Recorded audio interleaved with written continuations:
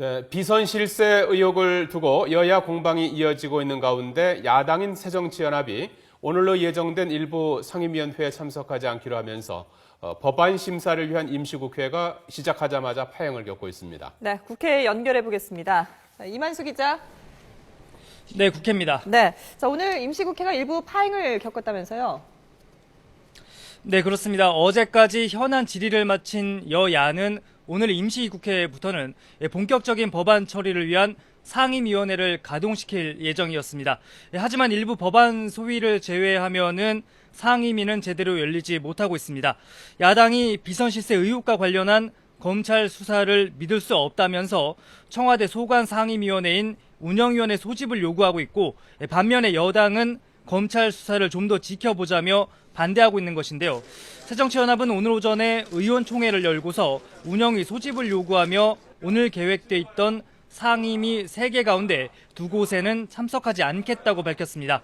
부분 파행이 불가피해진 것인데 여야 지도부의 신경전도 계속되고 있습니다. 직접 들어보시죠. 민생 안정과 경제 활성화를 위한 법안 논의를 하지 않겠다는 것은 너무나 큰 직무유기이고 이것은 의정농단이라고 저는 생각을 합니다. 비선 실세의 국정농단은 나라 전체를 망치는 국기문란 범죄입니다.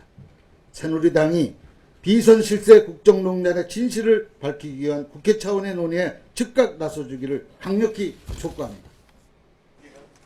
여야의 입장이 이렇게 팽팽히 맞서고는 있지만 이와는 별도로 양당 원내수석 부대표들은 오늘도 물밑 협상을 이어갈 예정입니다. 부동산 3법 등 민생 법안 처리와 쟁점이 되고 있는 운영위 소집 등에 대해서도 일부 이견을 좁혔다는 얘기도 나오고 있어 이 자리가 돌파구가 마련될지 관심입니다. 네, 자, 이만수 기자, 이 새정치연합에서는 이 비대위원 3명이 사퇴하면서 본격적인 당권 경쟁에 막이 올랐다 이렇게 봐도 되겠죠? 네, 그렇게 보셔도 될 것 같습니다. 오늘 아침 새정치연합 비상대책위원회에서 비상대책위원 3명이 자리에서 물러났습니다.